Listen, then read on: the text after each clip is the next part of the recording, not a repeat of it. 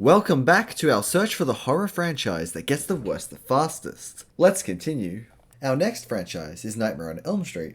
There are currently 8 Nightmare on Elm Street films. The Nightmare on Elm Street films are a really fun horror franchise. Its focus on our killer, Freddy, who's a dream demon, can lead to some interesting situations. He can enter people's dreams and kill them while they sleep. This concept alone leads to some really creative and interesting scenes. This keeps Nightmare on Elm Street constantly fun and interesting, even at its worst. Its dream focus also leads to some really good horror. It being in dreams allows us to explore our survivors' worst fears, which gives us lots of creepy moments.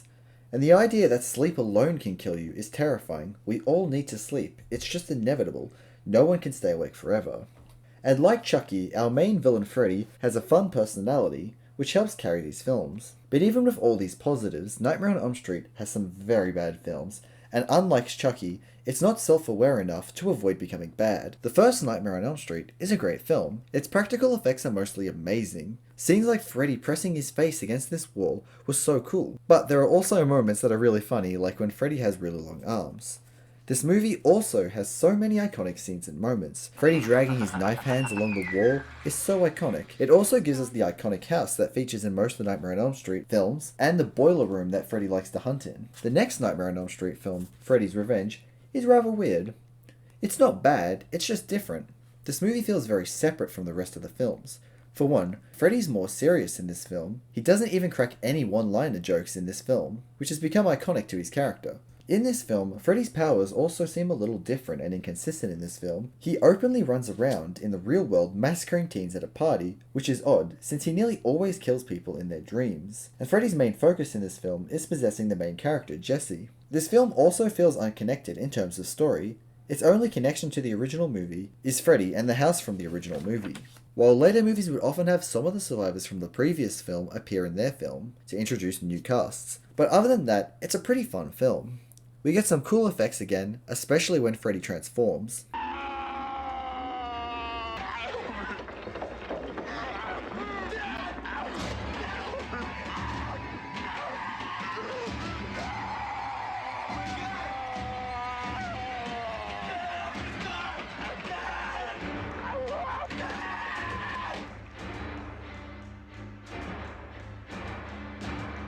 Now, not to get political or anything, but this movie is very gay. There are lots of gay references, all throughout the movie. For 1985, this was pretty unseen. It's also just kind of funny to see all of these sexual references in here. But overall, this was a pretty good film. But it was a little bit forgettable based on the fact that it feels so separate from the other films. Now, our next Nightmare movie might be my favourite, other than possibly the original. Nightmare on Elm Street 3, Dream Warriors. Dream Warriors is the most creative Nightmare movie. It has some spectacular effects, like the Freddy worm and the puppet Freddy. It also has some really creative kills, like the Freddy heroin needle overdose kill. Everything from Freddy's fingers to the wounds on the arms is just so uncomfortable and creative. It just fits Freddy perfectly. Freddy fully embraces his comedic side. I personally think this works amazingly. He's a very sadistic killer, taking pleasure in each and every kill. This is when he starts dropping lots of one-liners, like my personal favourite, "Welcome to prime time, bitch!" This film also gives us more Freddy backstory, which would play into the other films later. This film also brings back Nancy from the original film, which is really cool. We also get a really fun cast of characters. It's just a really solid film. My only minor complaint is that it is a little corny, like the part where the wizard kid fights a chair, but honestly the corniness works in its favour for the most part. For example, the end credit song is very corny and 80s, but it's very memorable.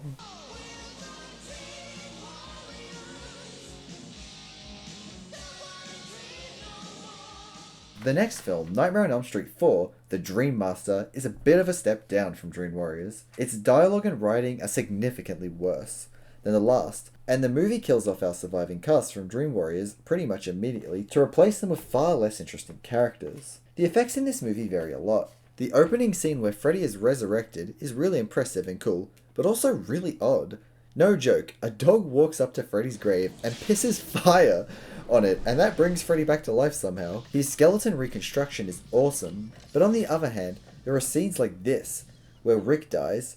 It's just so lazy, this bit. Rick is literally fighting nothing.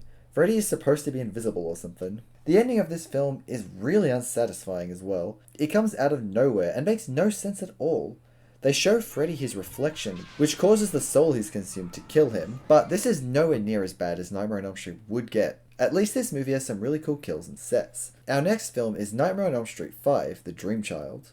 And man, is this a freaking weird film. Freddy's resurrection is so weird. We see his mum give birth to this thing, and it scurries into the church that Freddy died in Dream Masters. It then climbs into Freddy's old clothes, becoming normal Freddy. The rest of this film is just very odd and all over the place. There are dream sequences that constantly jump out of nowhere, and the plot is messy as hell. Things just happen because they can. But probably the worst aspect of this film is how boring and one-note the characters are. They're just nothing. Now, this movie does have some cool effects like normal, and we get some interesting kills, like the motorbike scene. One of the kills is really weird. It involves Freddy riding a skateboard. He then gets shot and becomes this abomination.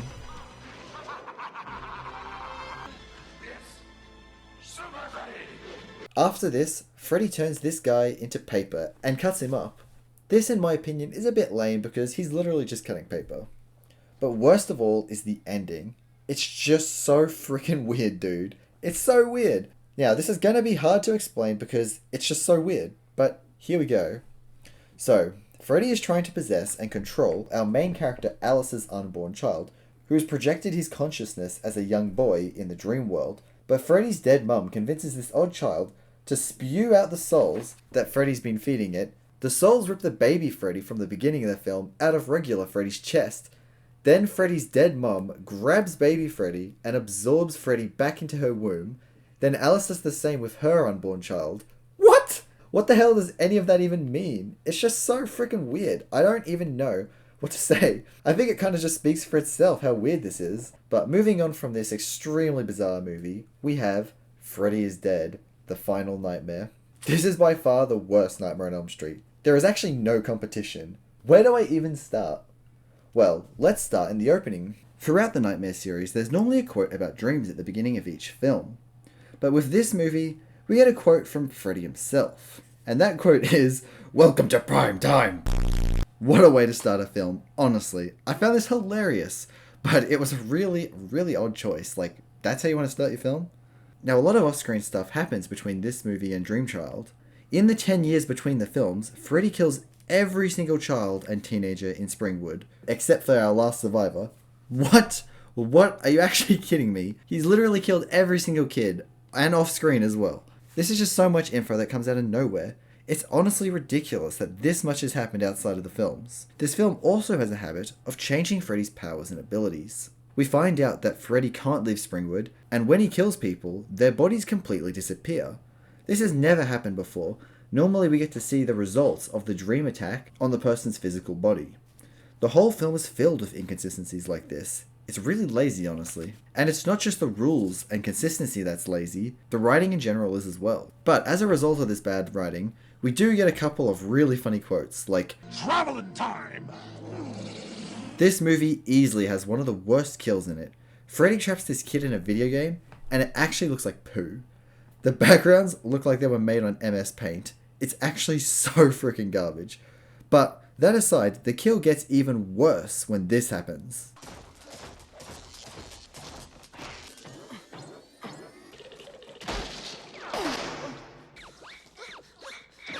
It's just so bad. And honestly, I nearly prefer that kill in the last film, where the guy is literally kicking nothing. At least that doesn't feel like it goes on as long. Now, the only redeeming thing about this part of the film is it prompts Freddy to say this. Get out of here now, Tracy, now! Hey, you forgot the power glove! Ow! There is one scene I genuinely like. Freddy kills this deaf guy by giving him super hearing with a hearing aid, and this causes that guy's head to explode. It's actually a really good scene. It's very sadistic and funny, and at the same time, it's just executed really well, and feels really, really out of place in this film. But do you know what else feels out of place in this film? The 3D segment. The last part of this film tells you to put 3D glasses on, and boy does it get in your face. There are so many terrible 3D effects. The worst one in my opinion are these. They look terrible, they look just awful, and they also mess with Freddy's lore. Apparently these creatures are the reason that Freddy can enter dreams. We did not need this retcon. And on top of that, we have this horrible flashback to the moment Freddy dies and becomes a dream demon. Ready. We know what you want. I want it all! Of course you do. Then open up. And you shall be Forever. It just sucks. This whole movie just sucks. It's just full of retcons and rules that make no sense. Freddy even has a secret daughter, and as the title suggests, she actually kills Freddy for real, in such a lame way as well. This is how the original timeline ends for Nightmare on Elm Street.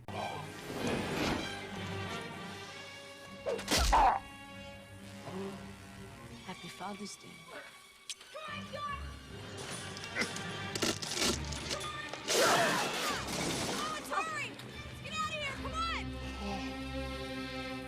Kids.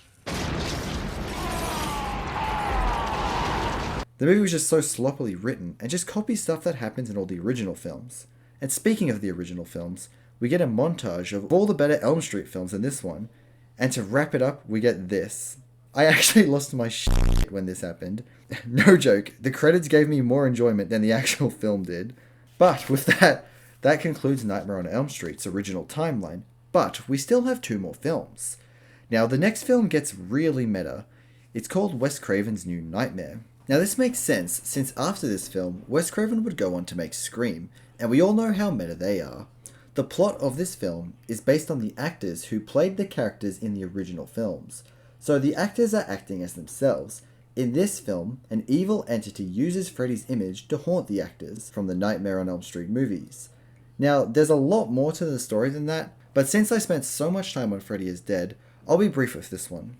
This movie is really good. The Freddy lookalike demon is a lot darker than normal Freddy. He has a really good presence. Also, the meta plot is really refreshing after the rapid decline of the previous films. And it's also really fun to see the returning actors for this film. The only small complaints that I have with this film is the child acting. It's not great, and there are a few effects that aren't great either. But overall, it's a really cool film, definitely worth checking out. Now, after this film, there was a very interesting film released. Freddy had a crossover with Jason from Friday the 13th, but I'll cover this movie later in the Friday the 13th section. So that leaves us with one Nightmare on Elm Street film left. Nightmare on Elm Street 2010 remake. And honestly, I wish this movie didn't exist. It's just gross. This movie is a remake of the original. It copies a lot of the scenes from the original, but it doesn't improve them. Scenes like this look terrible.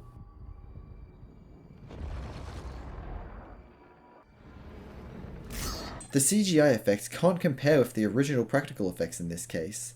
The movie barely adds anything new to the story, which in my opinion makes it a bad remake. A remake should take the original premise and give it a fresh twist. But this movie barely does that. The one thing that it does do different is horrible, and it kills all the enjoyment of this film. There is a heavy focus on Freddy being a pedophile. It's disgusting and gross. Now, the original Freddy was always pretty sussy. I mean, just look at all of these weird tongue stuff he does. Gross. But we are never directly told or shown anything about him being a pedophile. It just really leaves you with a gross feeling. This version of Freddy has very little personality. This was the first time Robert Englund didn't play Freddy for a movie. This new Freddy really just comes off as gross. Not creepy, just gross. I just hate it. Another dumb thing they do is that they have a part of the film where they present an option that Freddy might be innocent, but it's pretty much thrown away quickly without being explored, so it just feels useless and pointless. This movie does at some points have some good effects. I just can't enjoy this film with the heavily implied crimes that Freddy's committed. Overall, the Nightmare on Elm Street films are very creative and fun. Freddy really carries this franchise with his personality and antics. The franchise does have a big decline after Dream Warrior. Dream Master definitely starts to decline, but Dream Child and Freddy is Dead absolutely tanked the franchise. Its only saving grace after this point is Wes Craven's New Nightmare, but it's followed with another decline with the remake. The next franchise we're covering is Friday the 13th. The Friday the 13th franchise currently has 12 movies, which is pretty ironic. Friday the 13th gives us one of the most iconic slasher killers ever, Jason Voorhees. Even people who don't like horror probably recognize Jason's iconic hockey mask. But how did it all start? Now, if you haven't seen the first Friday the 13th or Scream, you might be surprised to find out that Jason isn't even the killer in the first film. This movie hides its killer throughout the film. This movie's actually pretty slow. This can be good and bad. We get some good suspense building, but we also get some really long lingering shots. that just feel like they're wasting our time. This is probably the movie's biggest flaw. But some of these lingering shots are really carried by its score. The music in these films is just iconic. It does an amazing job at building atmosphere, and is used pretty well for storytelling. Even if we can't see the killer, we always have excellent sound cues to indicate that there's a threat around. Another excellent aspect to this film is its effects. The kills are brutal, it's actually really impressive. Now, spoiler alert, but the killer is revealed to be Pamela Voorhees, Jason's mum. She's basically seeking out revenge on the camp counselors for letting Jason drown. This isn't really a good reveal because at this point in the film, we've only very briefly heard that a kid drowned in the lake. But honestly, this isn't the worst reveal throughout the franchise. Some of the movies later on would get way worse. And besides, Pamela Voorhees does some really good acting and sells the role. She is clearly one of the big highlights of this film. On a side note, another character I really enjoyed was Crazy Ralph. He's so over the top and funny, screaming, "There's a death curse!" It's got a death curse!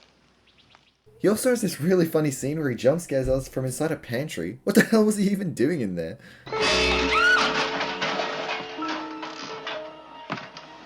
Messenger of God. You're doomed if you stay here. Our movie concludes with this calming shot of our final girl resting in a boat. But that doesn't last long because we get this weird cop-out ending. This cop-out ending situation would carry on through most of the Friday films, and that would make the continuity of the films very confusing. But anyway, back to the ending. We finally get to see Jason, but as a little boy. He jumps out of the lake and grabs our final survivor, but it's revealed to be a dream. Or is it? It's quite the iconic and vague ending to the first film. It's overall a good film that would go on to change the horror genre forever. The next film, Friday the 13th Part 2, would come out only a year later. This film was a lot more fast-paced and full of action. It also has a much better cast of characters, who have a lot more personality. This movie copies the original in a lot of ways. We have an unknown killer killing campers. It's basically a copy of the original. That's a big aspect of the Friday the 13th movies, is you always know exactly what you're going to get. Something else you can expect from these films is lots of inconsistencies. The killer is revealed to be Jason. This is weird for a number of reasons. One, he drowned as a child in the first film. That's the reason his mother became a killer. But in this film, he is killing campers for killing his mother, who was killing campers for letting him die. It just makes no sense, and there's absolutely no reason or explanation for this. Also, in the last film, we see Jason jump out of the lake as a kid, but now in this film, he's a fully grown adult. It's just really weird. Was the end of the last one a dream or not? Was that actually Jason? Who knows? I don't. But inconsistencies aside, this is a fun film. Not an amazing film, but a fun film. I personally like it more than the original film. Our main survivors make it back to camp after shoving a machete into Jason's neck. They are relieved to find out that their dog survived when suddenly Jason jumps through a window. But then our main character wakes up in an ambulance. Her friend and dog are gone. So it throws the whole ending into question. How much of it was real? When did it become a dream? But that aside, the next film, Friday the 13th Part 3, adds probably the most iconic feature to the Friday films. Jason's hockey mask. Believe it or not, but Jason's mask first appears here. In the previous film, Jason wore a sack. Now, in this film we might actually have an answer to what happened at the end of the last film. We have a recap of the end of the previous film, but it cuts out the jump scare bit, and shows Jason still lying on the floor where he got hit by the machete. This to me implies that the last jump scare was a dream. Finally, an answer to one of these endings. This is a trend that definitely won't last. But honestly, I have no idea why they even bother with these recaps. They are so long and waste so much time, and it's not like the plot is consistent or makes sense, so why bother reminding us of these flaws? It's just dumb. Now, besides the mask, there's not actually that much that's unique about this film. It's pretty much just a copy and paste of the last film, but it does have one twist. It's in 3D! Wow. Now, unlike Nightmare on Elm Street, Freddy is Dead, where the Freddy was only in the end of the film, in this movie, it lasts the whole thing. It's so in your face, there are so many obnoxious 3D moments, and they just don't stop. Now, I should probably count this as a negative for the film, but honestly, it's really funny. Just watching the 3D moments without 3D looks really hilarious. I personally enjoyed them, and they resulted in some really funny kills, like this one. And this kill, where Jason shoots a harpoon at the camera, and then walks away like he doesn't care at all. Jason is finished off in this film with an axe to the head. The damage done to his mask would remain on most of the masks he has in all the other films, even if it doesn't make sense because it's a different mask. This film wraps up like the others with a fake-out ending. Our last survivor copies the first movie by going out onto the lake in a boat. She sees Jason in a window, and he starts coming towards her. But before Jason can do anything, a zombie version of his mum jumps out of the lake like Jason did in the first film and pulls her into the lake. But it doesn't matter because it's a dream. What's even the point of these scares? The film properly ends with a shot of Jason's body, lying still with the axe in his head. But would this be enough to kill Jason? Of course not, there are still so many films we've got to cover. The next film would start directly after this one, with Jason's body being taken to the morgue.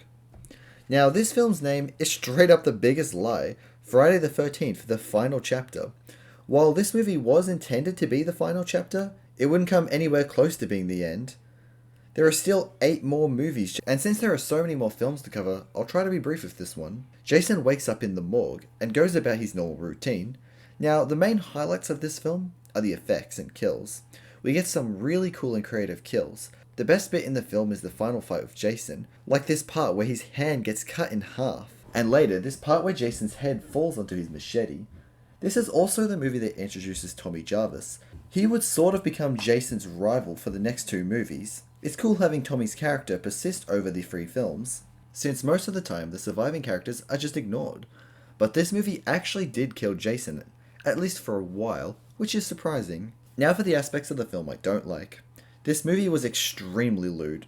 Now, all the Friday the 13th have always had some sussy business in them, but this movie is so over the top with it. It's so bad to the point where the only personality traits that most of the characters have is being horny. This film would also have a bunch of strange cuts, where Jason would appear all over the place. For example, Jason kills this guy with a corkscrew, but then he appears hanging off the side of the building on the 2nd story so he can throw someone out of a window, but then he appears right back in the kitchen. It appears like Jason is teleporting, so that's a small inconsistency I noticed. This movie for once doesn't have a fake-out jump scare ending, but instead we get a strange tease. Tommy lashes out at Jason's corpse, going very over the top, and then when we see him and his sister in the hospital, we get this strange close-up on his face, with the classic sound effect that's iconic to the series. I think this is trying to imply that Tommy is going to become the next Jason. But would this happen in Friday the 13th, A New Beginning? No, definitely not. We would get an extremely dumb plot twist in this film. So dumb, in fact, that I'm not even going to bother with a spoiler warning on this plot twist. This film follows an older Tommy from the last film. He's had a lot of issues since the last film, and has been to a bunch of psychiatric wards, and now he's in a halfway home. There are a bunch of other troubled kids here. One kid named Joey gets into a fight with a kid named Vic, over some chocolate of all things. This results in Vic killing Joey. It's really sudden and unexpected. Now, this is where the plot gets really dumb. So after this, 2 paramedics come to retrieve Joey's body. One of them doesn't really care about the dead body, but one looks a bit upset, and even looks a bit concerned. He looks at the camera in this weird way. Now, so far the acting in this film is all over the place, so it doesn't really stand out, but apparently this was set up. Fast forward to the end of the film where we have our final fight with Jason, who falls out of a barn onto some tractor parts, killing him. And holy moly, it's revealed it's not Jason, but the paramedic.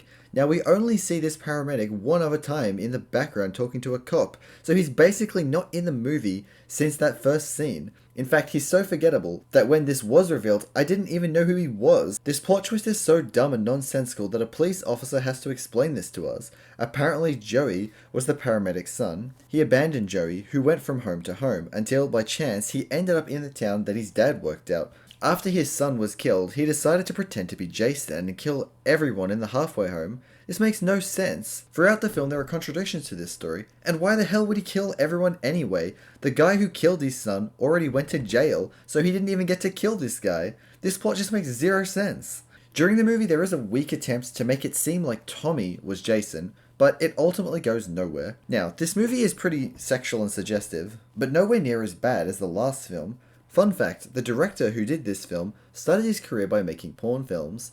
My friend told me that one of the films was directed by a porn star director, so while watching the Friday films, I tried to guess which one. I was so sure it was the final chapter. Funny that a porn director didn't make the most sexual film in the franchise. That being said, this film is still pretty bad when it comes to that stuff. One benefit to this film is that it seems the director didn't really care what the actors did, and let them do whatever they want. This makes for some really funny and interesting side characters. But too bad the plot and kills are just so bland and boring. The effects are just so lame in this film. Normally we get some interesting kills in Friday movies, but this time we didn't get any of that. This was easily the boringest Friday film. It's just so forgettable. It still manages to just copy and repeat the last films. Honestly, the only reason this isn't the worst Friday film in my eyes is because it's just boring, while a later entry in the series is actively annoying and bad. But let's not get ahead of ourselves. This whole movie ends with a return to the dumb plot twist endings. Tommy's recovering in hospital when another one of the survivors comes in to visit. Then Tommy stabs and kills her out of nowhere, but don't worry, it's just a dream. Wow, what a plot twist, haven't seen this one before. Tommy picks up the hockey mask after he wakes up, so basically they are setting up that Tommy is the next killer. Seriously, this went nowhere last time and they want to do it again? So does Tommy become the killer in Friday the 13th Part 6, Jason Lives? Well, based on that title, it's a definite no. And thank God, that would have been so dumb. Jason Lives is one of the best Friday movies. It has such a cool beginning that was really memorable. Jason's resurrection. Tommy, now a grown man, goes back to Jason's grave to make sure Jason's body is destroyed. Upon seeing the body, he gets mad and starts attacking Jason's body with a metal rod. But ironically, in his quest to make sure Jason never comes back, he accidentally brings him back. Lightning strikes the rod, and in a Frankensteinish resurrection, Jason's back. This clip is so freaking cool. This starts the zombie Jason era, where he's confirmed to be paranormal. It was never really clear if original Jason was dead or not. Now, while this Friday the 13th doesn't do too much different from the others, it does go all out. It knows exactly what we want from these films and delivers. This movie really feels like it had more care put into it. We get lots more action and lots more kills. Since at this point we know Jason so well, they don't bother trying to hide him as he kills. This movie also has really likable characters. And it's just really cool seeing Tommy return again. This movie has a very cool final fight on Crystal Lake. It ends with Jason getting chained to the bottom of the lake. I love all these underwater shots. It's just a really cool battle. Everything from the flaming water to the boat's propeller digging into Jason's face. It's just really cool. Our movie doesn't end with a dumb fake out, which I appreciate, but it does show us a close-up on Jason's eye to let us know that he's still alive and waiting at the bottom of Crystal Lake. But nothing can keep good old Jason down there for long. Friday the 13th, Part 7, New Blood, has Jason returning looking cooler than ever. This is probably the coolest looking Jason. He has all the damage from all the other films put on him, even if it didn't carry over in those other films. He's also decaying a bit after being stuck on the bottom of the lake for so long. He has an exposed spine. Other than this, the film plays out mostly like a typical Friday the 13th movie. Due to regulations, the gore in this film was cut back significantly, giving it extremely bland and boring kills.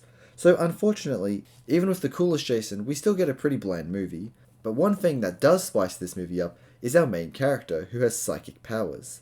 Now, even though this is kind of random, it's pretty cool, since we get to see Jason absolutely smoked by her powers.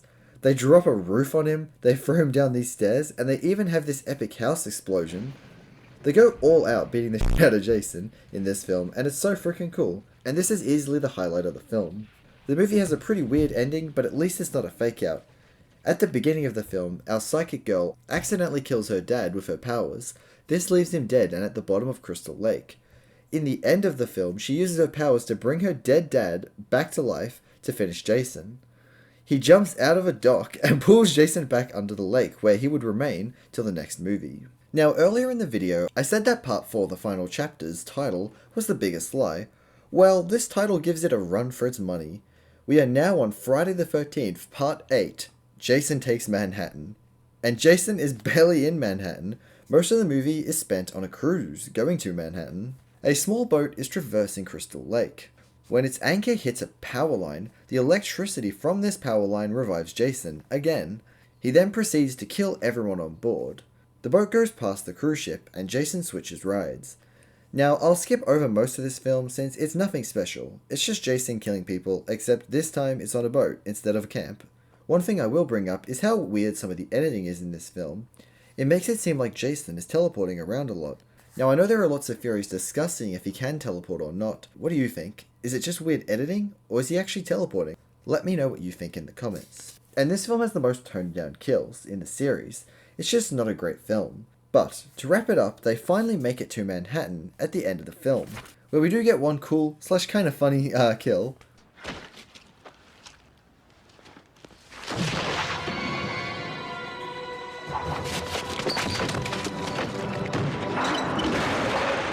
And one funny shot of Jason in Manhattan. But say goodbye to Manhattan because we barely stay here because they immediately go down to the sewers after this. So apparently in the Jason universe, Manhattan sewers are flooded with acid at midnight every night, according to this random guy. Toxic waste, son. The sewer floods out with this stuff every night at midnight. What the hell? What the f do you mean? That's just so dumb. Why would they even do this? Do you know how many OH&S rules this would break? It's just so freaking dumb. But it's about to get even dumber. In the final fight, Jason gets melted in the acid. Also, this Jason clearly has the worst face so far. And as he melts, he turns back into a kid. What? Why? What kind of acid is this? Why the hell would this happen? Is this Jason's spirit freed or something? I don't know. I don't have any answers for you. It just is. So Jason's just a kid now. I wonder how this is going to affect the next film. Oh wait, it doesn't. It's completely ignored because it's so dumb and that makes zero sense. Whew, sorry, I had to get that off my chest. Well, if you thought this movie was bad, you would be right, but the next film is even worse. So get ready for Jason Goes to Hell, The Final Friday. Wow, I wonder where we've heard that before. I'm sure this will definitely be the last film, for sure. Now, despite Jason Goes to Hell being the most confusing and just the general worst Friday film, I actually love its opening. We return to Camp Crystal Lake, where a lady is about to have a bath. But before she can, she is attacked by Jason. She runs into the forest with Jason following closely behind her. But surprise, it's a trap! This lady was bait to lure Jason to a firing squad. I think it's so funny that Jason has killed enough people to get on the FBI's watch list. They quickly take action by pumping him full of lead. It's just so funny how many people are there to just shoot down Jason. They eventually end up blowing him up with a grenade. Now, the movie goes downhill pretty fast from here. Jason's body is taken to be examined. The coroner discovers that Jason's heart is still beating, all Davy Jones-like. The heart then appears to possess the coroner and forces him to eat the heart. A bunch of soul energy flies into the coroner, and thus begins the body swapping Jason. For most of this film, Jason's just swapping bodies between people, meaning literally anyone can be Jason. Why is this happening? Seriously, this is just so weird.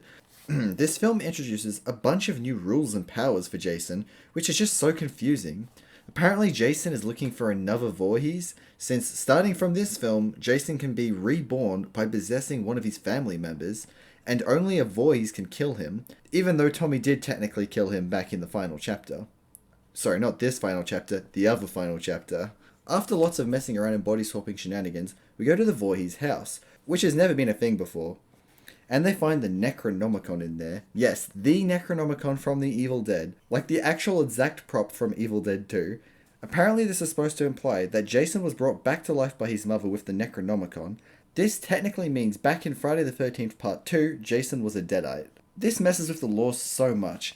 This also means that the Evil Dead is canon to Friday the 13th. What? I can't make shit up. But that won't be the last crossover in this film. But before we can get to that, we have some really weird stuff to cover. There's apparently a magic transformer knife that can kill Jason, and apparently Jason's soul is actually an alien-looking worm thing that can body swap. What the fuck?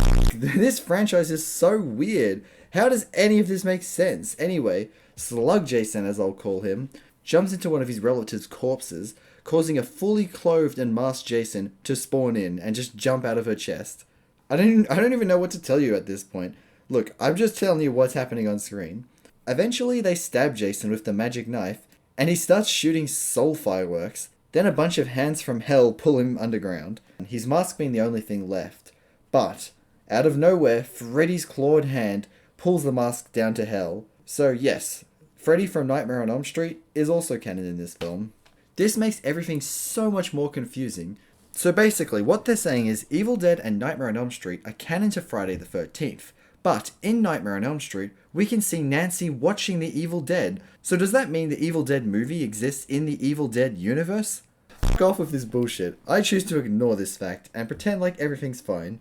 As you can probably tell, this isn't my favorite Friday the 13th movie. Its overall story makes no sense at all, and it's really hard to follow.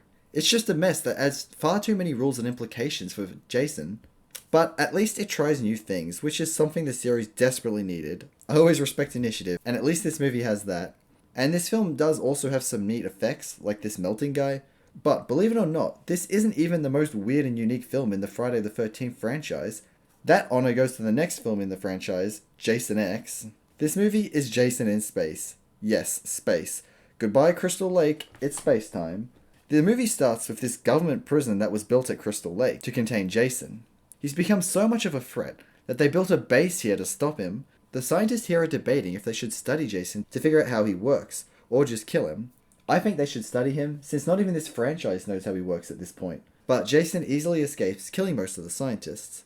But Rowan, one of the scientists, manages to trap Jason in a malfunctioning cryo chamber, where both of them get frozen for 445 years. Yep, this movie takes place in the very far future. At this point, the whole world is just and abandoned, but a bunch of scavengers find Jason and Rowan and bring them aboard their spaceship. Welcome to space, Jason. Now, you may think this is a horrendous film, but honestly, I kinda love it. It's so corny and funny. The writers know this and just have a lot of fun with the idea. Jason X has some really cool kills, like the liquid nitrogen kill and the screw kill. Before you know it, this movie is Alien 2 with a bunch of space marines hunting down Jason. He of course deals with them in his classic Jason style. Jason then kills the pilot of the ship, which causes the ship to crash into a space station. The ship survives, but the space station does not. Apparently there were 20,000 people on that space station. So Jason is really stepping up his game this movie. The movie gets even more absurd when this android lady takes on Jason. Afraid I'm gonna have to hurt you now. Cam!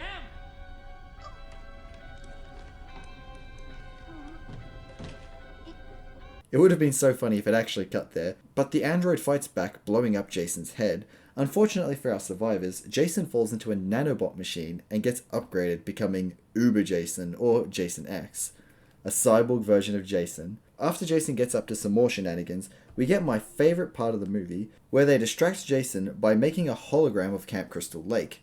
This part is so self-aware and funny. Hey, you want a beer? Or do you want to smoke some pot? Or we can have premarital sex.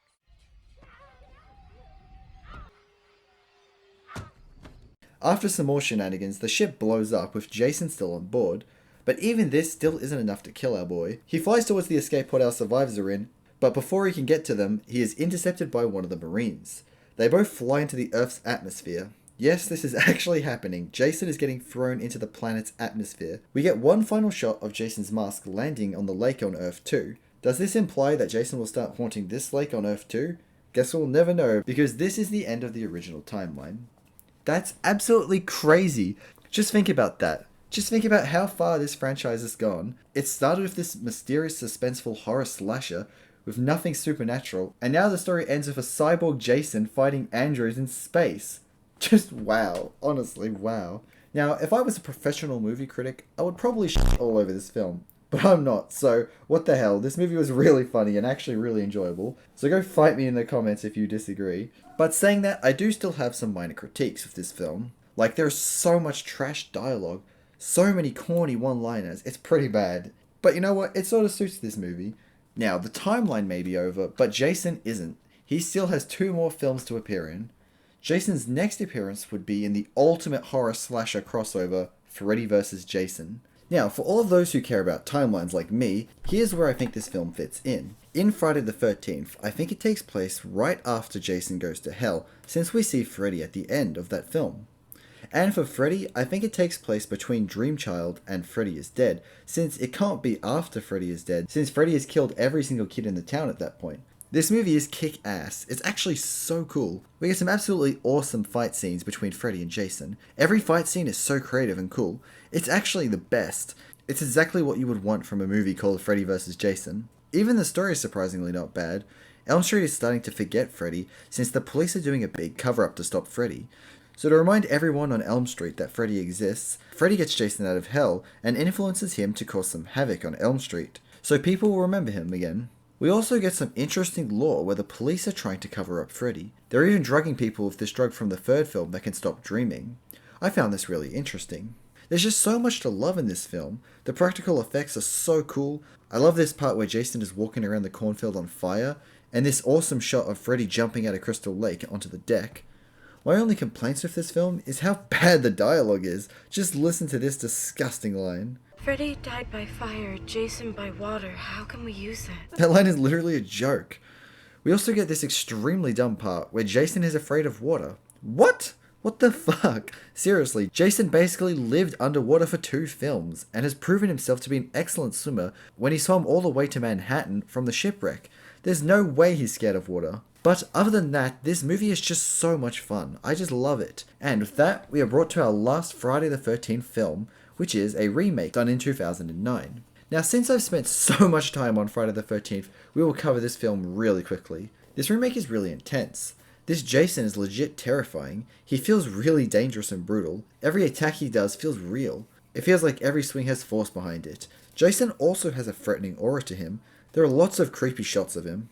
My only complaint with this is it feels very 2009, but overall a solid remake. It doesn't really do anything new with this remake, but it does make everything feel a lot more real and intense. And with that, we conclude Friday the 13th. These movies definitely have some low points. It never really feels like the series reaches really high heights, so the low points don't feel as bad. You always know what to expect when watching these films, which is good and bad. They can get very dry, but if you're just looking for some fun and some creative kills, this is the perfect place to find them. If you're looking for story, then don't come anywhere near these films. Ever since the second film, there has been no consistent story. We get everything from zombies to psychics to space in this franchise. It's just all over the place. The absolute lowest point in these films has to be Part 5 A New Beginning, Jason Takes Manhattan, and Jason Goes to Hell. New Beginning is just boring. Jason Takes Manhattan was just lame and weird. And Jason Goes to Hell, don't even get me started on this. But overall, Friday the 13th is just a fairly mediocre horror franchise. But with that, we conclude part 2 of our hunt for which horror franchise gets the worst the fastest. I'm sorry this dragged out so long, I talked about Friday the 13th way too much, but tune in for next time when we cover the last 3 franchises on this list, and find which franchise truly is the worst of the bunch. Thanks for bearing with me, bye!